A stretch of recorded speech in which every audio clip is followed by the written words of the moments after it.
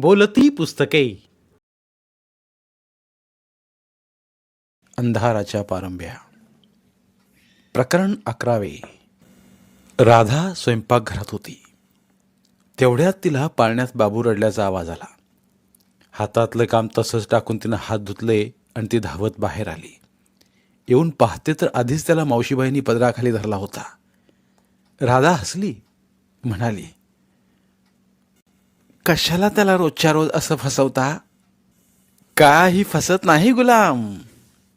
मावशीबाई जरा आदळआपट केल्यासारख्या म्हणाल्या. दोनदा बरं चुरू ओढील आणि मग दूध नाहीसं बघून सोडून देईल. पक्का मस्तवाल आहे हो तुझा पोरटा. राधा गमतीनं हसली. समोर बालदी होती, ती तिनं पुढं ओढली. मावशीबाईंनी बाळाचे कपडे धुवून आणले होते, ते वाळत घालण्यासाठी राधा खाली वाकली.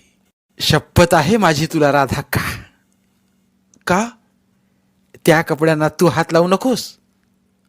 का? मी वाळत घालते. काय होय मावशीबाई, तुम्ही त्याला उठणं चोळता, न्हाऊ घालता, त्याचे सगळे कपडे धुता, एवढा उपसा करता कामाचा, तर कपडे तरी मी वाळत घालायला नको का? काही नको.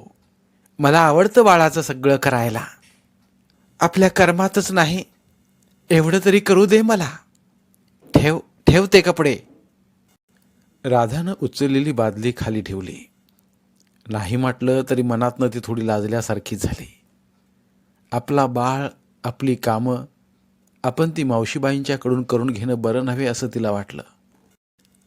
मला हा मुलांच्या कपड्याचा वास फार आवडतो. हसाल कदाचित तुम्ही. याचे कपडे धुवायच्या आधी अर्धा तास कलाक मी या कपड्यांचा नुसता वासच घेते. या वासानं अंग नुसतं मोहरून जातं. आपल्या कर्मातच नाही. तिथं मामाकडे होते त्यांनाही मूलबाळ नाही. इतक्या वर्षांनी हे सुख आलंय. असं म्हणून मावशीबाई उठल्या. बाबूला त्यांनी पाळण्यात ठेवला आणि बादली घेऊन त्या अंगणात आल्या. अंगणात दोऱ्या बांधलेल्या होत्या. भातुकलीचा खेळ खेळल्यासारख्या त्या कपड्यांची खेळत होत्या. ओले ओले कपडे दंडावर ठेवीत होत्या. काही दोन्ही खांद्यावर ठेवीत होत्या. दोरीवर घातलेला कपडा परत काढीत होत्या. प्रत्येक कपडा दोरीवर टाकताना आपल्या तोंडावर ठेवीत होत्या. लहान लहान 20-25 नग, पण वाळत घालायला अर्धा पाऊण तास मोडला.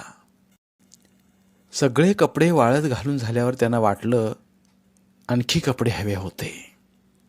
झबली, टोपरी, लाळेरी, लंगोट, गोधड्या, दोरीवर लोंबणाऱ्या त्या सगळ्या कपड्यांकडे त्या पाहत राहिल्या.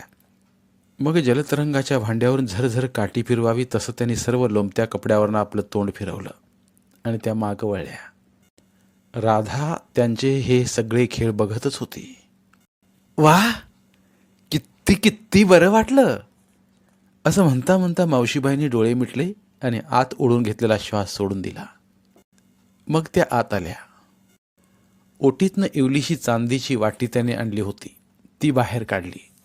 म्हणाल्या, त्याच्या डोळ्याला झालीय रांजणवाडी. कुणाच्या? तुमच्या बॅरिस्टरांच्या. थोडं दूध दे. वाटी घेऊन राधा का आत जायला लागली. कुठं चाललीस? दूध हवंय ना? ते दूध आमच्याकडे खूप आहे, तुझं हवंय. राधा का एकदम लाजतच हसली. तिनं चोळी वर करताच मावशीबाईंची नजर उडाली. सगळं तटतटलेलं, लाल किरमिजी रंगावून ठसठसलेल्या हिरव्यागार शिरा त्या बघतच राहिल्या. दुधाच्या 4 चिळकांड्या. वाटी भरत आली. मावशीबाई हसल्या. आपल्या हातानं त्याने आणखी एक चिळकांडी घेतली. वाटी काठोकाठ भरली. त्या ओल्या स्पर्शानं त्या शहारून गेल्या. तिनं चोळी वर ओढल्यानंतर सुद्धा चोळीचा पैशा एवढा तुकडा ओला झाला. मावशीबाईंची नजरच घाळ झाली. वाटी पदरा आड धरून त्या तुरुतुरू चालीनं वाड्यावर गेल्या. क्षणभर माझघरातल्या काळोखात थांबल्या. मधलं बोट त्यांनी वाटीत बुडवलं आणि ते बोट जिभेवर टेकलं. दुधात न्हाल्याचा आनंद झाला त्यांना. स्वतःशीच हसत त्या मागल्या जिन्यानं वर गेल्या. बॅरिस्टर वाचत पलंगावर पडले होते. दुखतोय का डोळा? थोडासा. हे दूध घालते डोळ्यात. नको नको आता. घाल रे, राधाक्काचं अंगावरचं दूध, बिघडेल ते मग. घाल. त्याने डोळे उघडले. दुधाचे 4 थेंब डोळ्यात पडले. 2-2 मिनिटांनी घाल हं. मावशीबाई खाली गेल्या. बॅरिस्टरांनी वाटीवरची बशी उचलली. बोट दुधात बुडून जिभेवर ओढलं. मग खूप वेळ त्यांना हा चाळाच लागला. रातोरात कधीतरी रावसाहेब पळून गेले. का ते कुणालाच कळलं नाही. कुठं गेले तेही कळलं नाही. ते पळून जावेत असं काही घडलं सुद्धा नव्हतं. बॅरिस्टरांनी, मावशीबाईंनी आणि भाऊरावांनी खोदून खोदून नानासाहेबांना विचारलं. तेही काही सांगू शकले नाहीत. उलट झालं काय असंच प्रत्येक प्रश्नावर विचारित राहिले. रावसाहेब पळून गेले हे त्यांच्या डोक्यातच येईना. बॅरिस्टर आणि भाऊराव 4-8 दिवस इकडे तिकडे फिरले. जेवढा घेता येईल तेवढा शोध घेतला, परंतु रावसाहेबांचा पत्ताच लागला नाही. मग बॅरिस्टरांनी नादच सोडला. ते म्हणाले, केवढं नवल आहे. खमिसाच्या गुंड्या लावायची शुद्ध नव्हती या राऊला. काही विचारलं तर उत्तर देता येत नव्हतं आणि रातोरात गडप झाला. पंचक्रोशीत कुठं पत्ता लागेना. तरी भाऊरावांची पायपीट चालूच होती.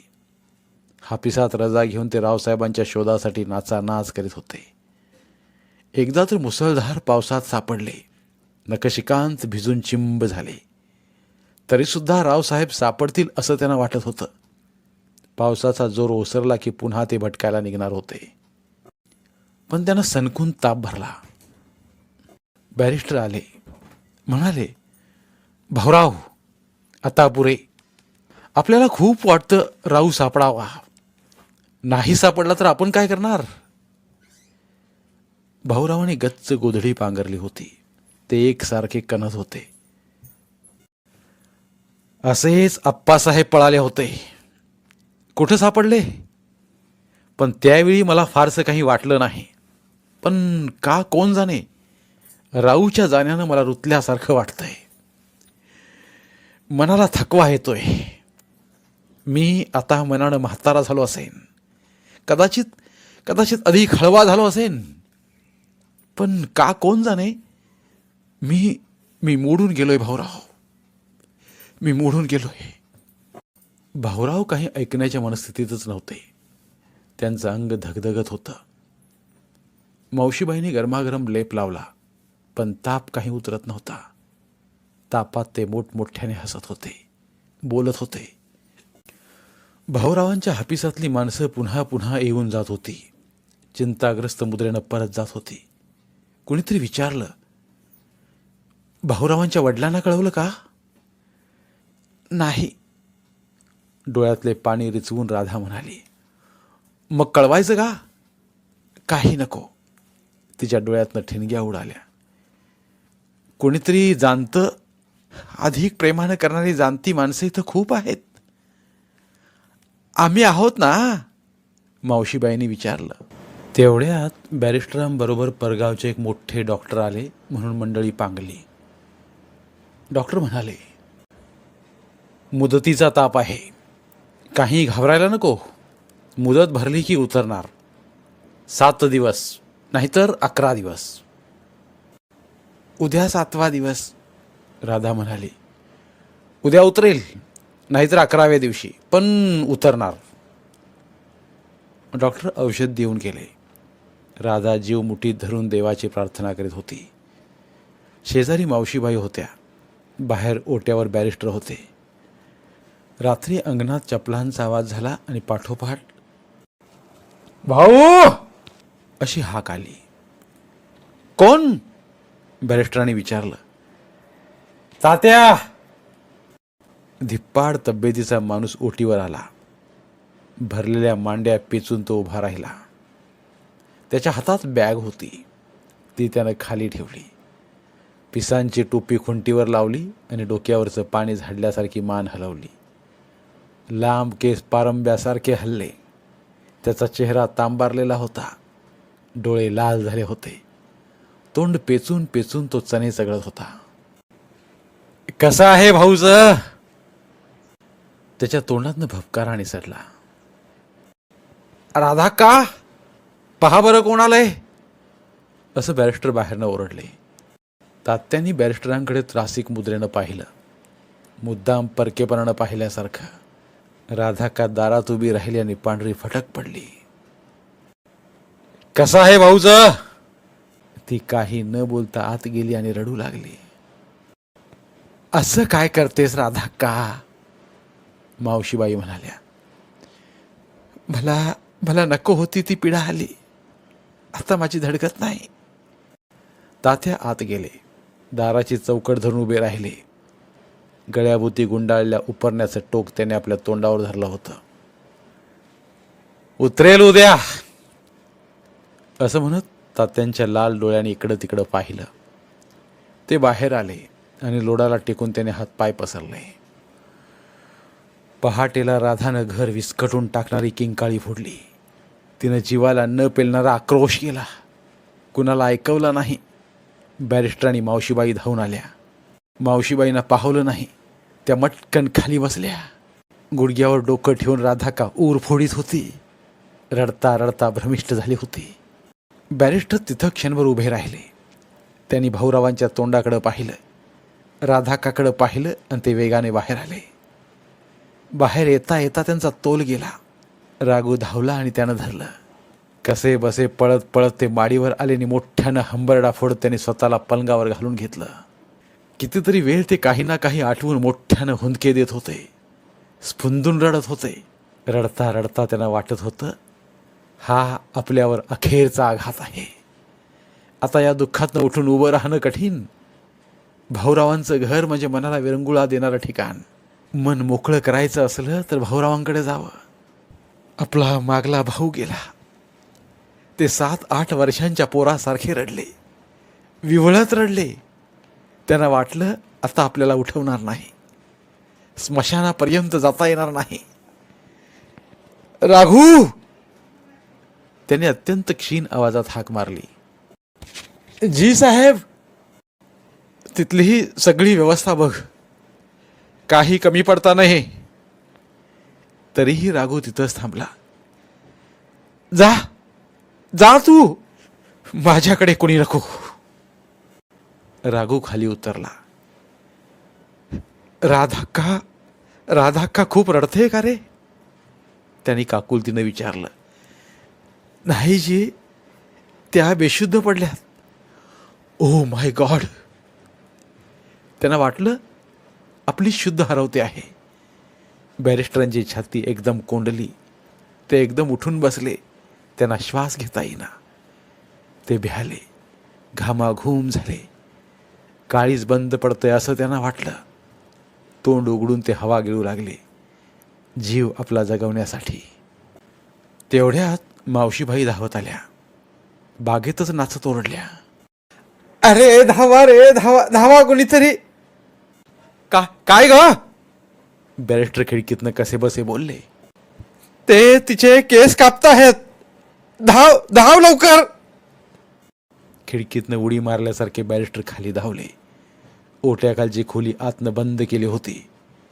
बॅरिस्टरांनी धडाधड दरवाजावर लाथा मारल्या. दरवाजा खिळखिळा झाल्यासारखा हल्ला, पण उघडला नाही. अगं पण ती ओरडत कशी नाही? बेशुद्ध आहे ती काय ओरडणार? कोसळल्यासारख्या मावशीबाई खाली बसल्या. त्यांना रडवत सुद्धा नव्हतं. राघ्या, पहारान दार फोड. तात्या तात्या तात्या, हात आवरा. बॅरिस्टर दारावर केविलवाण्या धडका देत होते.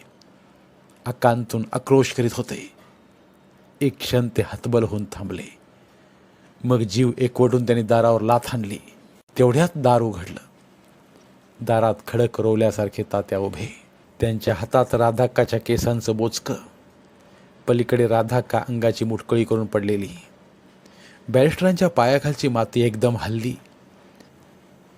दोन्ही हात उगारून ते श्वापदासारखे तात्यांच्या अंगावर तुटून पडले. You dirty bastard! आपल्याच आतड्यांची चिरफाड करीत ते मोठ्यानं किंचाळे. तोच ते खाली कोसळले. तात्यांच्या मांडीवर मारलेली लाथ त्यांना झेपली नाही. तात्यांच्या एका लाथेनं बॅरिस्टर कचकड्यासारखे जमिनीवर लडबडले. त्यांचा एकदम ताबा उडाला.